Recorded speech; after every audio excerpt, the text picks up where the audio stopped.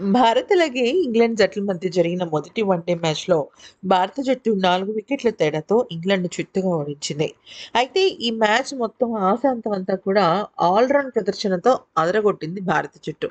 England లాంటి పటిష్టమైన జట్టును కూడా మట్టి కరిపించింది. ఈ మ్యాచ్ అనంతరం తమ విజయం పైన మాట్లాడిన మన భారత జట్టు కెప్టెన్ రోహిత్ శర్మ విపరీతమైన ఆనందాన్ని వ్యక్తం చేశాడు.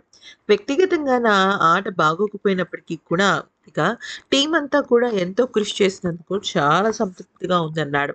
లెఫ్ట్ రైట్ కాంబినేషన్ కోసమే అక్షర్ పటేల్‌ను ఆఫ్ ది ఆర్డర్ ఆడించామని తెలిపాడు.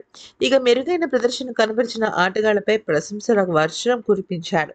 ఇదే జోరును కొనసాగించాల్సిన అవసరం ఎంతైనా ఉందని తెలిపాడు. అంతేకాకుండా ఒక మంచి శుభవార్తను కూడా చెప్పాడు. అసలు ఇంతకీ రోహిత్ శర్మ ఏమన్నాడంటే, చాలా సంతోషంగా ఉంది. ఎందుకంటే చాలా రోజుల తర్వాత మేము ఈ ఫార్మాట్ ఆడుతున్నాం. మేము త్వరగా రీగ్రూప్ అయ్యి విజయం కోసం చేయాల్సిన దానిపై ఫోకస్ పెట్టాలనుకున్నాం. ప్రత్యర్థి ఓపెనర్లు మాపై ఒత్తిడి పెంచడంతో శుభారంభం అందుకోలేకపోయాం. కానీ మేము పుంజుకున్న విధానం అద్భుతం. ఇది కాస్త లాంగెస్ట్ ఫార్మాట్. తిరిగి పుంజుకోవడానికి కొంచెం అవకాశం ఉంటుంది. పరిస్థితులు ప్రతికూలంగా మారినంత మాత్రాన అవకాశం ఉండదని కాదు. మా కమ్‌బ్యాక్ క్రెడిట్ మాత్రం బౌలర్లదే. ప్రతి ఒక్కరూ అద్భుతంగా బౌలింగ్ చేశారు. ఈ జోరును ముందుకు నడిపించడం చాలా కీలకం.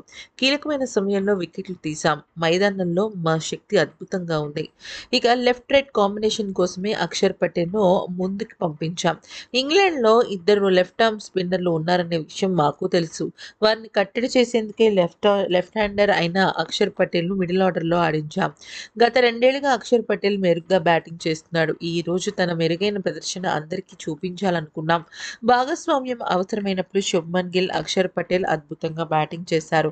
ఛాంపియన్స్ ట్రోఫీకి ముందు మాకు కొన్ని లక్ష్యాలు ఉన్నాయి. జట్టు మెరుగైన ప్రదర్శన చేస్తూ ముందుకు కొనసాగడమే. బౌలింగ్, బ్యాటింగ్‌లో సమిష్టిగా రాణించేందుకు కష్టపడాలి. అయితే ఈరోజు హర్షిత్ రాణా ఒక యువ ఆటగాడు.